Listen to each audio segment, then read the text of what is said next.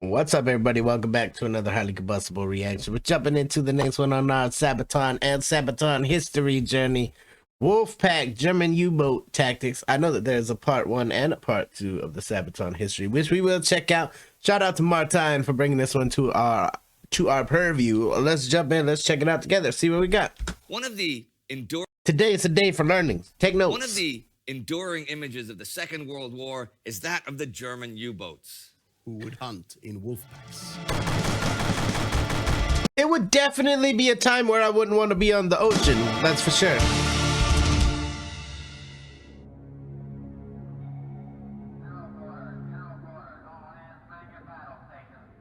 To their own shore, in the World War, glistening and leading the beauty west.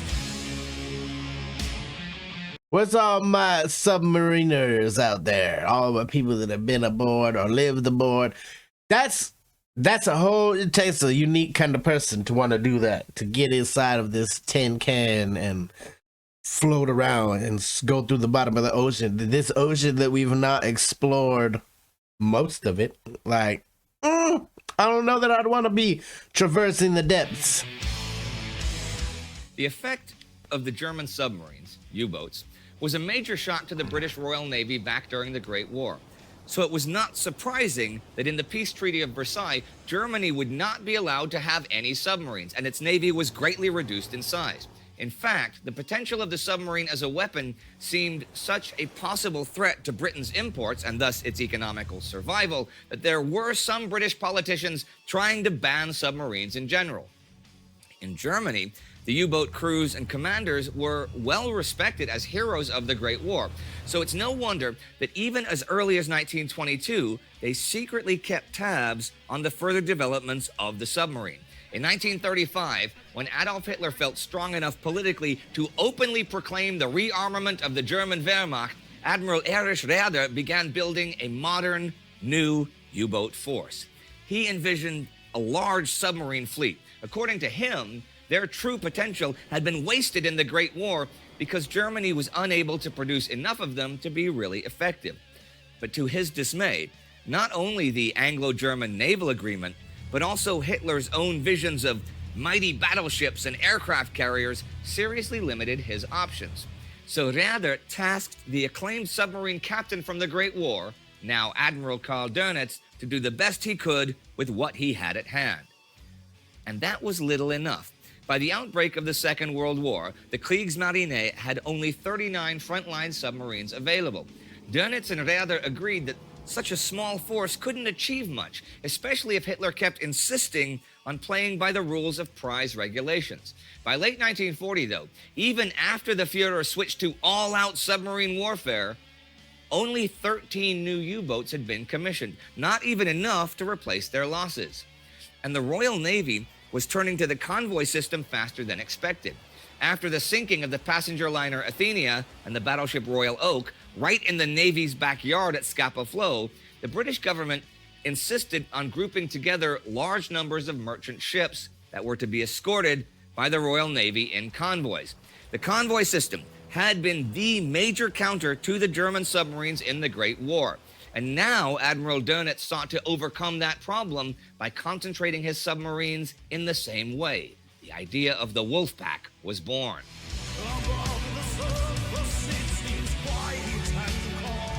One submarine is terrifying enough.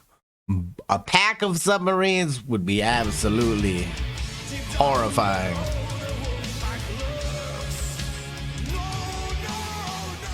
If Germany wanted to bring Britain to its knees, they had to win the tonnage war. They simply had to sink more ships and cargo than the British could reproduce. But it was a slow process.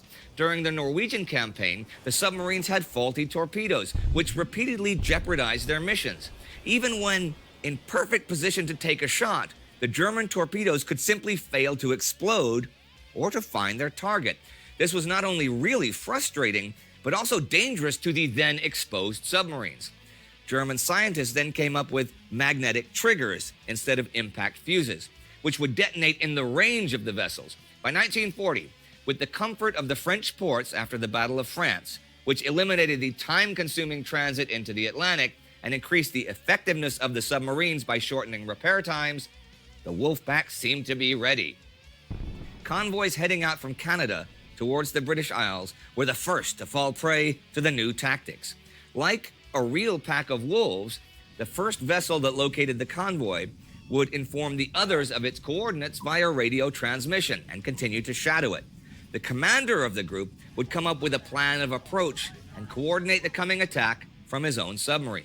Then, when in a favorable position, the Wolfpack would strike.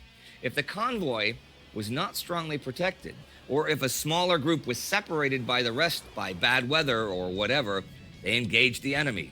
If not, they waited for the dark of night. U-boats were hard to detect in any case, even with the advanced abilities of the Royal Navy. But under cover of the night, after silently surfacing, they would be silhouetted by their commanders against the dark horizon, or against a strong wind, making detection many times harder.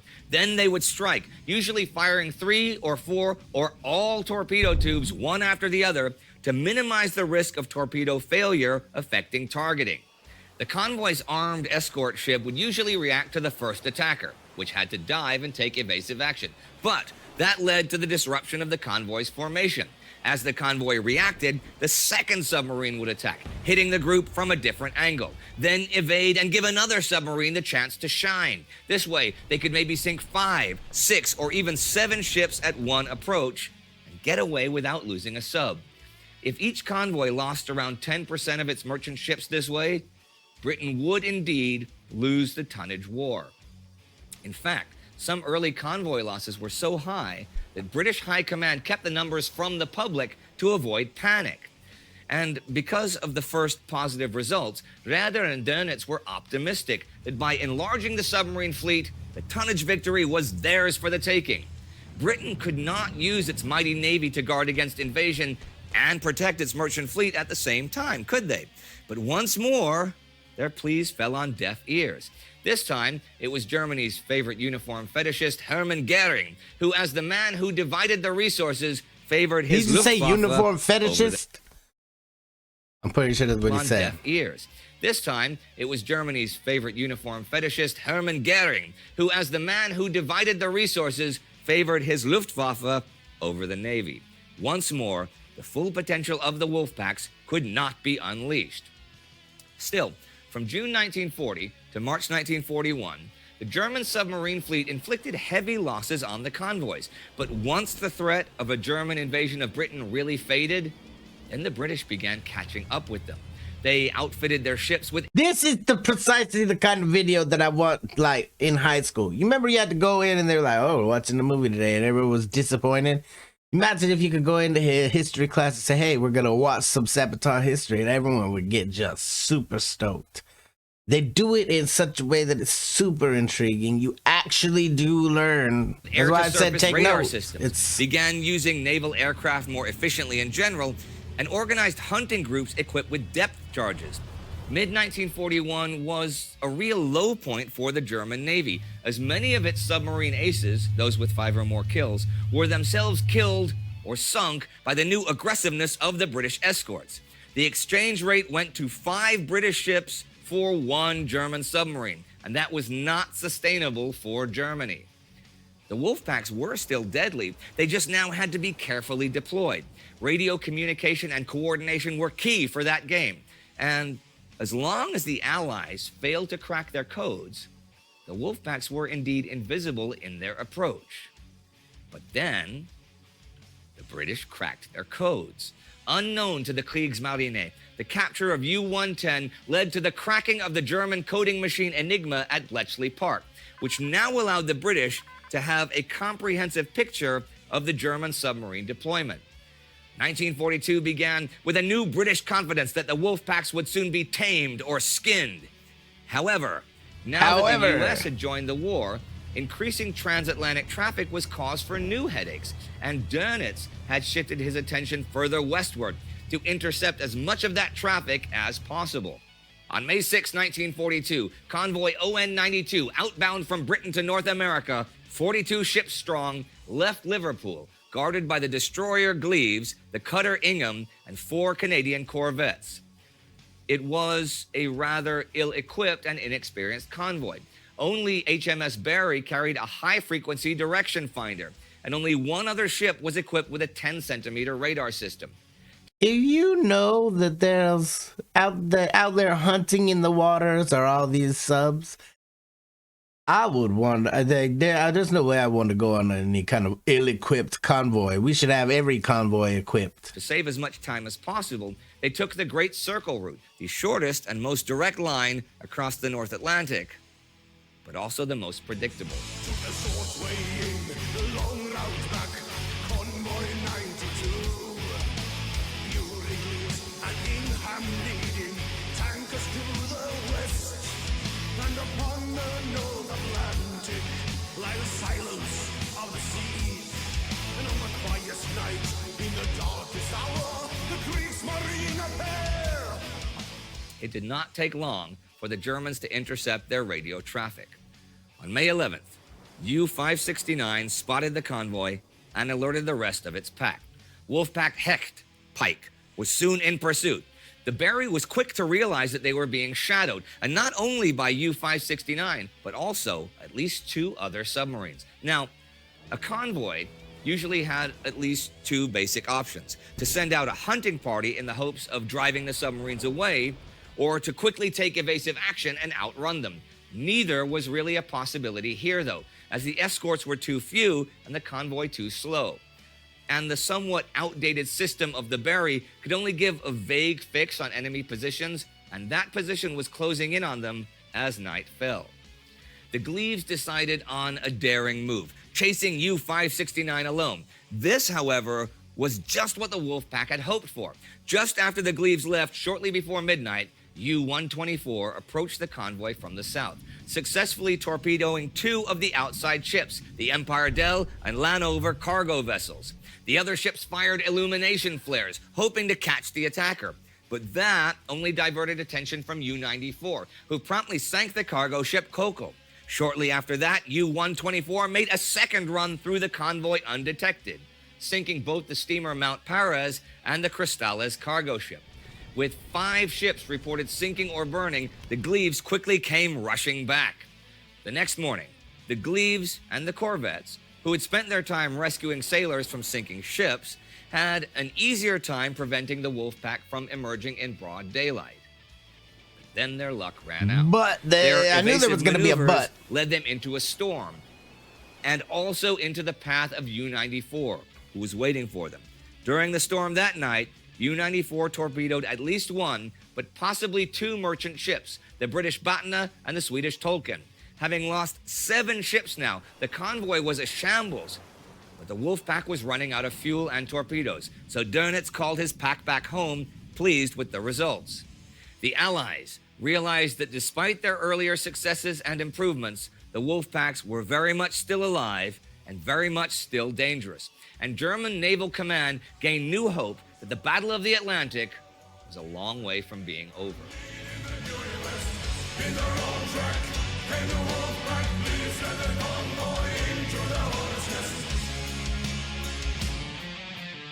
When I wrote the music for this song, we hadn't really decided on, Primo Victoria being about military history. Okay. So originally, this one had a totally different lyric. I don't think I've ever talked about this actually, but the idea was about man or mankind being the ultimate predator. So if I remember correctly, the lyrics would start, from the Rhine fall to the Great Wall.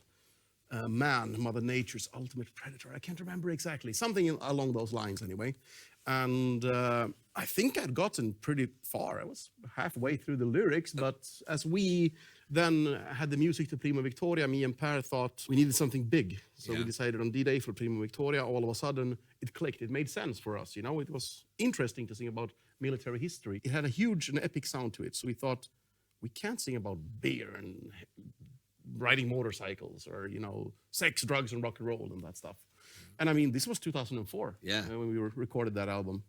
And we thought, hell yeah, let's do it. Well, there are an awful lot of songs about beer and sex and drugs and rock A and roll, lot. and there's not a whole lot of songs about, U-boat Wolfpacks, for example. No. So nobody can accuse you of like, oh, another song. Oh, you like beer? Well, so does everybody else who writes a song about beer. There's not a whole lot. Sabaton definitely stands on their own, in their own category, in their own kind of way. We haven't ran into anybody that's quite like Of songs them. about people that hate beer. Oh no. You don't see that from metal bands. I hate beer. Now, it's Great interesting that edit. the lyrics, the original lyrics were about man as the ultimate predator. And of course, war is an expression of that as the ultimate predator. But is man really the ultimate predator? Because we do have there is one other apex predator that is likely as deadly as man. Please don't say beer. No. Okay, two. No, the mosquito. Oh yeah. Mosquito kills an awful lot of human beings. I mean, This is between true. Just malaria alone. I mean, so do you have any songs about mosquitoes? Not yet. Well, I mean, they'd actually have to go to war. Ooh, interesting. I wonder. From the animal kingdom, we could do the Great Emu War. Yes, You could, but we there's also totally. plenty of animals Yes. that, somehow Tell me that happened. I need to go look and see if that take happened. parts in human wars. We and learned things all like about that. the Emu or War. even diseases. Bear like, Wojtek in Monte Cassino. there you go. And I was thinking, of course, I mean, think of all the soldiers and civilian stuff that died from the Spanish flu. Although that's not an animal, it's an influenza, and of course that affects war. The spread of sleeping sickness and malaria and other insect-borne diseases, or smallpox, which was the what?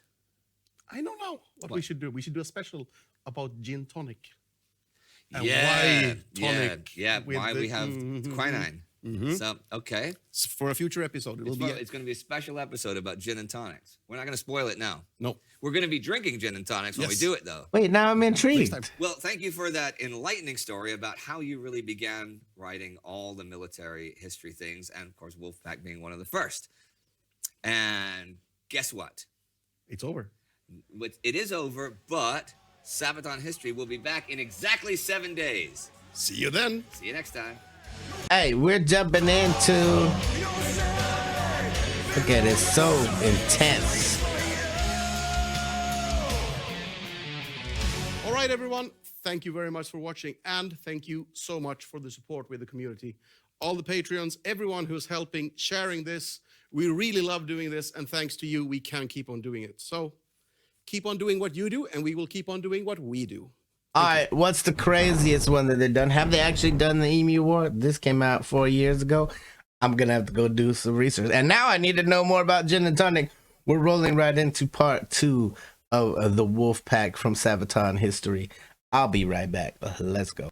And we're back with part 2 of our Wolfpack from Sabaton History. Let's go. Let's go learn more about these U-boats and how horrifying the seas were back then. Good lord. About the song Wolfpack, we talked about the rise of the German submarines. But there's a lot more to their story. I'm Per from Sabaton, And I'm Indy Nidell. and you're watching Sabaton History Channel.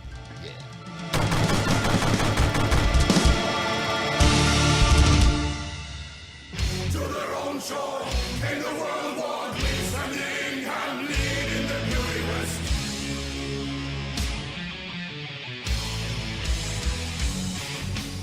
I am sure that no one knows so much about dealing with U-boats in the Atlantic and the mine menace around our shores and harbors of any kind as the British Admiralty. Not because we are cleverer or braver than others, but because in 2 wars, our existence has depended upon overcoming these That's a perils. heavy-ass When quote. you live for years on end with mortal danger at your throat, you learn in a hard school.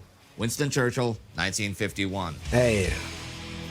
When German submarines Definitely were not once a more school set I to want to sea in attend. 1935, many young sailors of the Kriegsmarine were reminded of the tales of the Great War. Back then, the German U-boat fleet had been a fearsome menace that sought to starve Britain out of the war. Their commanders nicknamed the first generation of U-boats canoes because of the old rudimentary equipment and the lack of a compartmentalized interior. Otto Kretschmer served on one of the new U-boats that was sent into the Atlantic. U-35's first mission was to intervene in the Spanish Civil War in 1937 by laying mines around the Bay of Biscay. The mission was rather uneventful, but it gave the crews a feel for for the potential of the Grey Wolves and why they had been so dreaded in the Great War. While everything seemed quiet and calm on the surface, deep down in the sea they silently lurked, waiting for their chance to strike.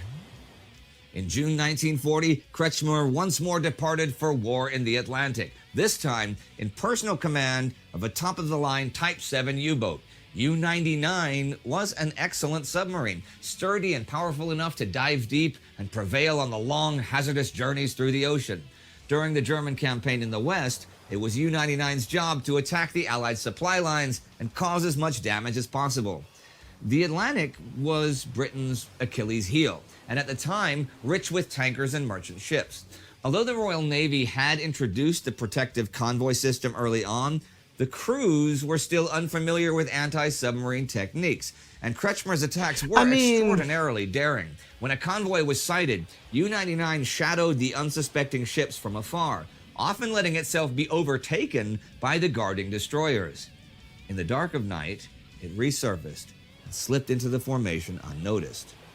Kretschmer then closed in on the biggest target to about 600 meters, the safest distance from which to launch a successful torpedo. Aimed right at the middle of the ship, just under the central keel plate, the ensuing explosion usually ripped any merchant ship apart. If not, the U-boat's surface gun would punch more holes in. Like a fox in the henhouse, Kretschmer wreaked havoc from within the convoys themselves. For the rest of the year, the German U-boat scourge was on a seemingly unstoppable rampage, as we saw in Part 1.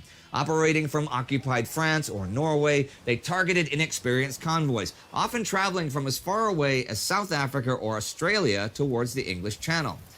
Like the pilots in the skies, U-boat commanders became aces, celebrated heroes of Nazi propaganda. Together with Gunther Prien of U-47 and Joachim Schepke of U-100, Otto Kretschmer was one of the three U-boat darlings of the press. They were the three knights of the high seas, bestowed with greatest honors, who would soon see Britain brought to its knees. After not even a year in service, Kretschmer, the Knight Raider, had sunk more tonnage than any other commander. It is all in its first year. That's crazy. Like, this whole thing is edge of your seat type things. I don't understand why people don't pay attention to history. I definitely have a much bigger respect for history now that we've had a channel. I didn't pay attention to anything in high school. Like, all I knew is we were learning our history. That's pretty much all that stays with you. It's that whole indoctrination thing. Like, we didn't learn about a lot of outside things from different people's point of views or the actual real history. We just knew, okay, you were victorious over these people, you were victorious over these people. It's really kind of sad that nowadays it doesn't seem like anybody cares about history unless you're a historian. Like, over 250,000 tons of shipping were now on the ocean floor, attributed to the shiny golden horseshoe of U-99. And upon the North Atlantic lie the silence of the seas. And on the quietest night, in the darkest hour, the Kriegsmarine appear. On February 22nd, 1941, U-99 went on a hunting expedition once again. Prien was already underway, and Kretschmer was scheduled to meet with Schepke's Wolfpack. Throughout March, the submarines were once more successful. U-99 was credited with sinking 8 ships in just 11 days. With his last torpedo fired, Kretschmer was heading home, but he was suddenly surprised by 2 British destroyers. U-99 made an emergency dive, but at 200 meters depth, the boat was suddenly shaken by explosions. The destroyers were dropping depth charges, and the men were thrown about. Lights were knocked out, and the glass dials of the instruments sprung. Then water broke into the control room, and the depth gauge it would be stopped terrifying. working. Hell Deeper no. and deeper they sank, the worst nightmare of every U-boat crew. There was a reason submarines were also known as iron coffins. In total darkness, they sank to at least 500 meters, and the pressure pushed at the ship's hull. Any minute now, they would be crushed to death. Kretschmer had no choice. He blew the ballast tanks, and the U-boat shot back up to the surface. They surfaced right in front of the destroyers. The British opened fire, and machine gun bullets rattled off the submarine's hull. Kretschmer ordered everyone out of the tower, the official sign that the submarine was surrendering. Everyone except the officers who were busy destroying the secret papers and, most importantly, Gotta do the that. coding machine, the Enigma. Kretschmer was among the last to escape the boat, which promptly sank back to the depths of the sea. The crew of U-99 went into captivity. Over the coming weeks, as he was interrogated, Kretschmer learned the bitter reality that the war had begun to turn against the German U-boats. Prien was dead, so was Schepke. Kretschmer was surprised by the amount of intelligence the British had gathered about the German U-boat operations. They knew everything about Dönitz, our top personnel, the submarine captains, everything. We didn't know anything about them except that they were the enemy. The loss of 3 of its most Knowledge is acclaimed U-boat power. commanders in a single month was a major blow to the Kriegsmarine, and it only went downhill from then on. After the British finally captured one of the Enigmas intact, they were able to decipher the German codes. With new radar systems and more effective countermeasures now on nearly every ship, the war on the high seas had taken a dangerous turn for the Germans.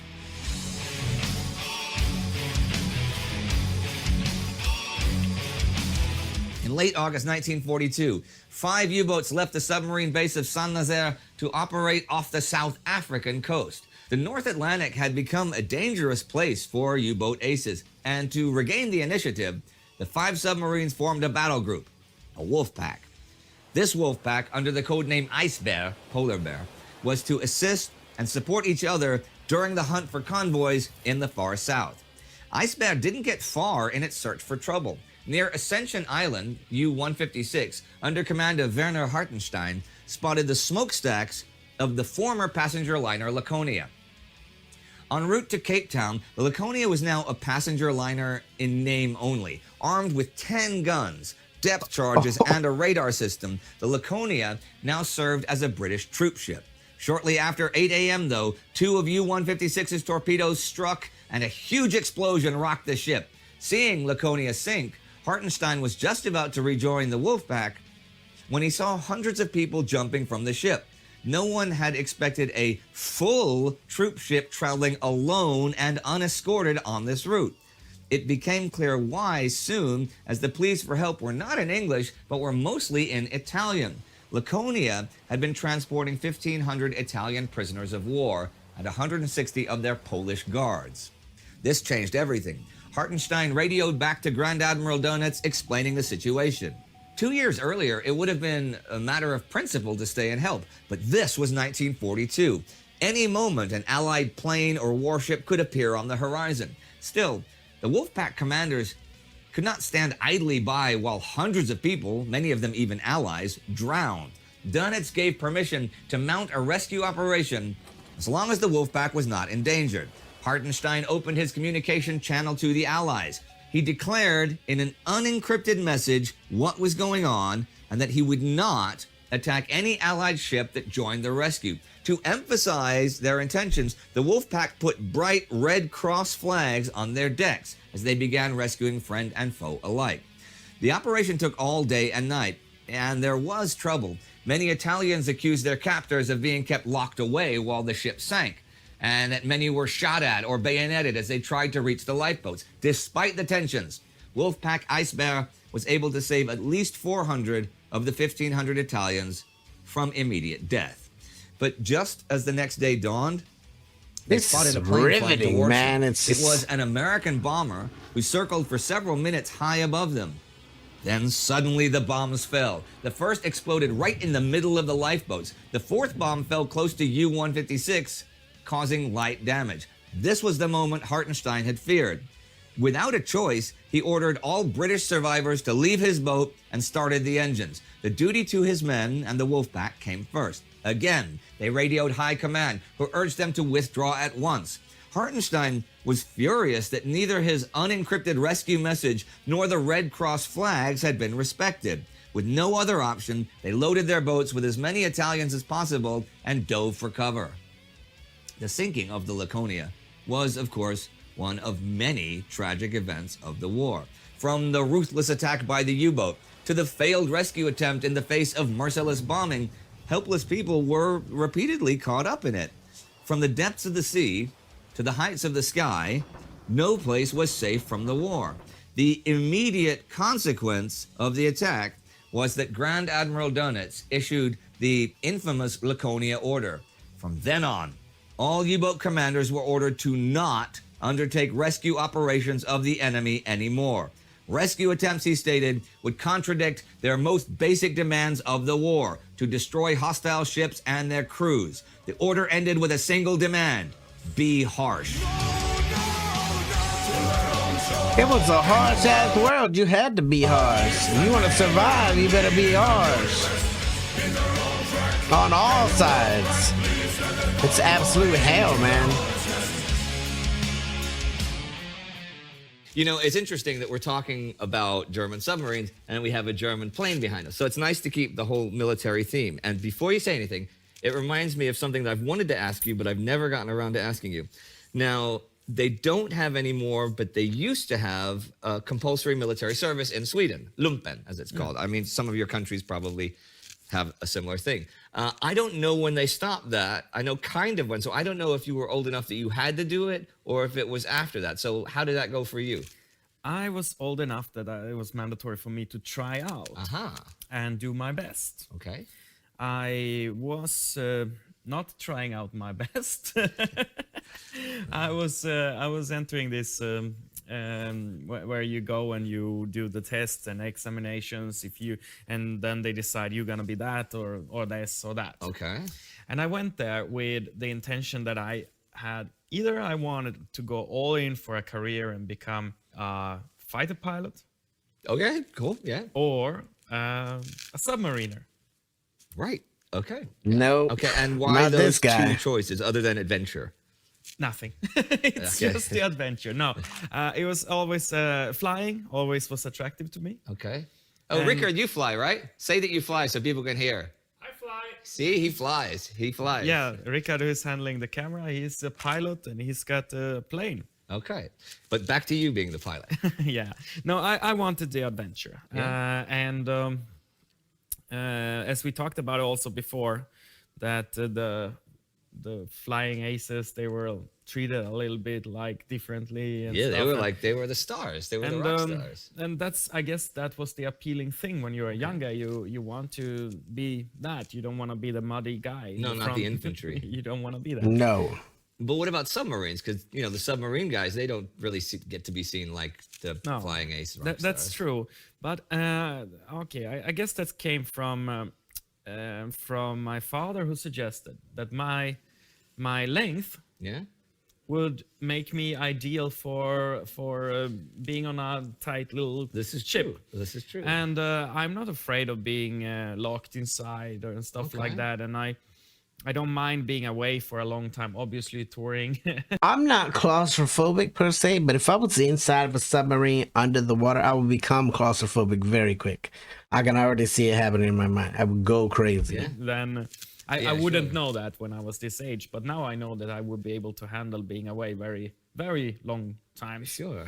I think that it would fit me actually to be that. So you did the tests. Yeah, I did the tests, and but somewhere along there, Yeah. I realized it was impossible to change the outcome to become what I wanted to be. Okay. And eventually, I'm not going to be there. So then I changed my my strategy during the tests. Yeah. And suddenly, I wanted to be performing as horrible as possible. Right. So- okay, what happens if you perform as horrible as possible then? The last test, so to say, is the psychology evaluation. And I was called in there, and the woman who was doing the evaluation about me, she was looking at my results from first, like, oh, your results, you have good physics, you don't have any problems. And then there's an intelligence test where you can fill in things like, oh, this. Yeah. And as I was filling in that, I was initially doing very well. Right. And then I realized, oh, damn, if I'm continuing this good, it's going to end up with me being called in. And I don't want. Yeah, but wouldn't you get, like, if you do really well, wouldn't you get, like, a job that doesn't involve running in the mud? You don't know. You just didn't want anything. Yeah, so I started to perform horribly. Okay. And she, when the psychologist was evaluating me, she was looking at that. And then it's like, what happens here? Because after this, you lost your intelligence?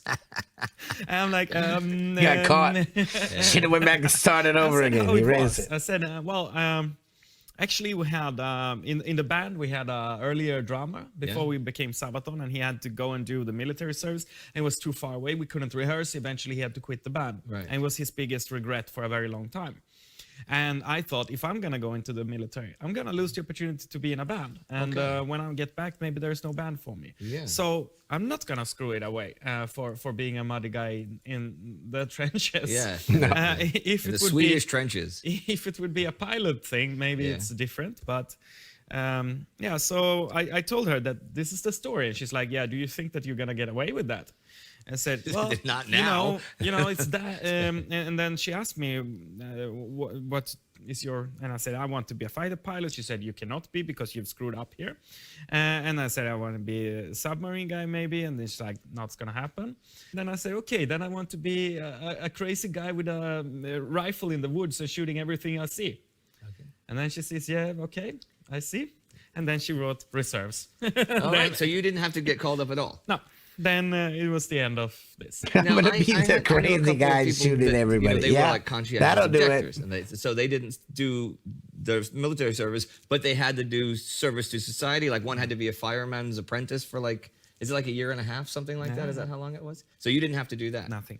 And you didn't say to her, okay, if I can't be a fighter pilot, and I can't be a submarine ace, and if I can't be the guy that goes crazy in the woods, then I'm going to write dozens and dozens of songs about military history, and millions of people, hundreds of millions of people are going to listen to them. I didn't say that, Damn. but I should have. Can we put missed opportunities in front of her? Something right there? Because it would have been a perfect time to really like stake your future out. You know, funny, flying aces and submarine aces, something, you know, people that have, you know, sank 5 ships and stuff. I'm not certain when they started taking the term ace, but I do know where the ace comes from like 50 years before that in American English, using for like the ace of your pitching staff, the ace, your ace player, the ace. And it doesn't come from like the card ace. It doesn't come from that. It comes from a baseball player named Asa Brainerd from the 1860s, who was, his team just called him their ace because his name was Asa and he was so, and other teams said, well, this guy's our ace. And that's when you are watching Sabaton Sports History. Sabaton Sports History. Can we get a logo?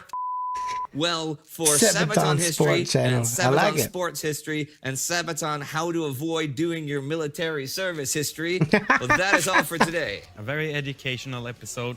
Thank you for watching. See you next time. Hey, it was a very educational episode. We're jumping into the actual Sabaton Wolfpack video now. Shout out to Martine again. Let's go. I'll be right back. And we're back with the final part of our little Sabaton history trilogy here. Wolfpack, the official lyric video. Martine, I appreciate you for the journey. We definitely learned a lot, and it was on the edge of your seat, nail-biting kind of information. I wouldn't want to be a part of none of that. I took a whole different breed of human being to do a lot of the things that they had to do back during these war times, and that's on all sides. Everybody's got their reason for doing it, and it's just hell on all parties.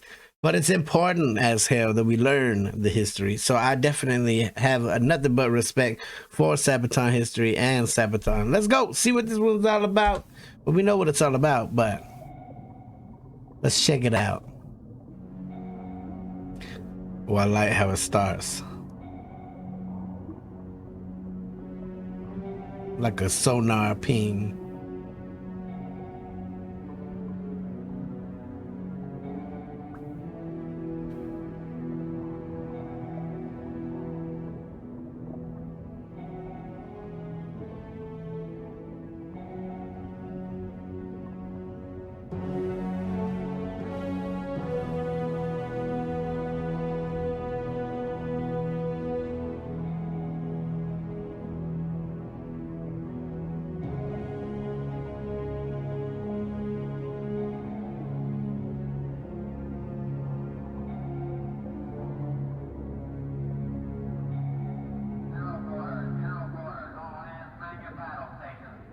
To their own shore, in the World War bleeds, and the Ingham lead in the beauty west.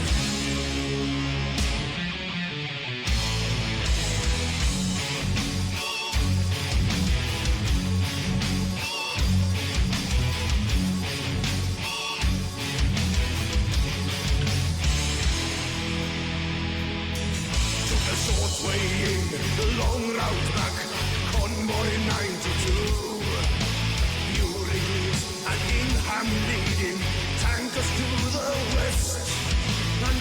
the North Atlantic, like the silence of the seas. And on the quietest night, in the darkest hour, the Kriegsmarine appear. Above the surface, it seems quiet and calm. Deep down below, the Wolfpack lurks. No, no, no! To their own shore, came the World War III, standing hand-lead in the New West. In their own track, came the Wolfpack, please let the convoy into the hornet's nest.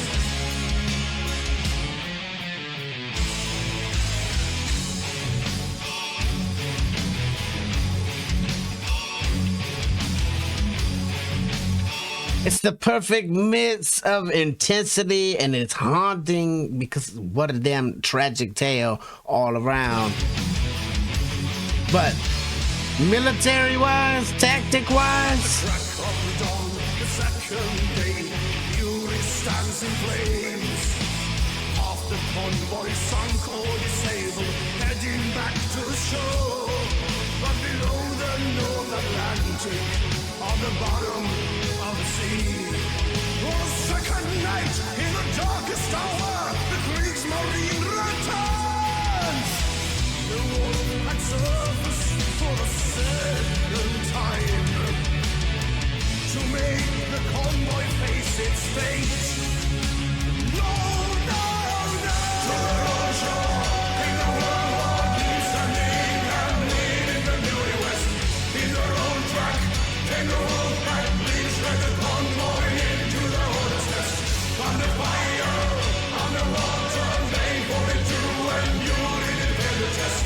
To their own shore, came the World War III, standing hand-lead in the meat of death.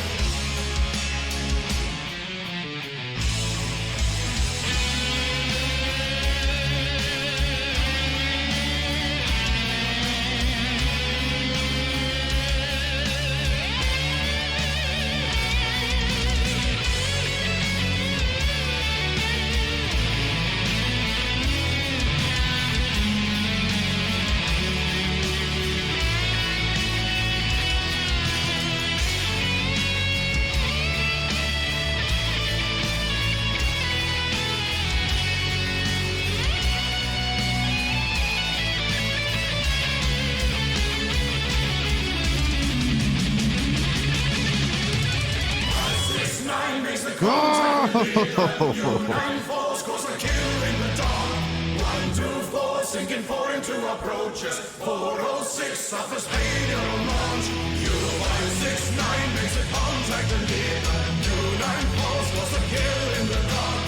U124, sinking 4 into approaches. 406 suffers failure on launch again. In their own track, came the Wolfpack, please let the convoy into the hornet's nest. To their own shore, came the World War III, standing hand-lead in the New West. In their own track, came the Wolfpack, please let the convoy into the hornet's nest. Under fire, underwater, May 42, and Fury did pay the test. To their own shore, came the World War III, standing hand-lead in the meat of death. To the road works waiting down below. The Wolfpack alert awaiting you. You follow to lead. It's time for you to return. Today, this time, no! Oh no! The Wolfpack's waiting for me. You call, you say, below the surface waits for you.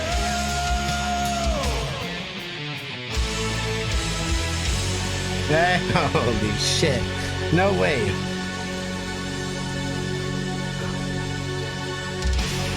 Sabaton and Sabaton history, making us want to learn more, teaching us the important stories that are out there, and staying like, just telling you the facts. Here's what happened. You can go out there and you can make up your own decisions, opinion-wise, of what it was. Like, it's just important to know. Every single track, they set the mood. The music is, even if you just had like a Sabaton instrumental album, yes, it would be so worth sitting there and just listening to the music. But it's so much more in depth when you got this whole history lesson things that you may or may not know. Even if you do know, it's a very cool way to see it. It's a very cool way to hear it, to just absorb it. Definitely get over Show Sabaton history, all the love of the world. Go show Sabaton the love. Smash the like button if you liked it. The dislike button, but I won't believe you. Tell the next one, I'm the Combustible. You guys be happy, healthy, safe. I love you to the moon and back. Peace.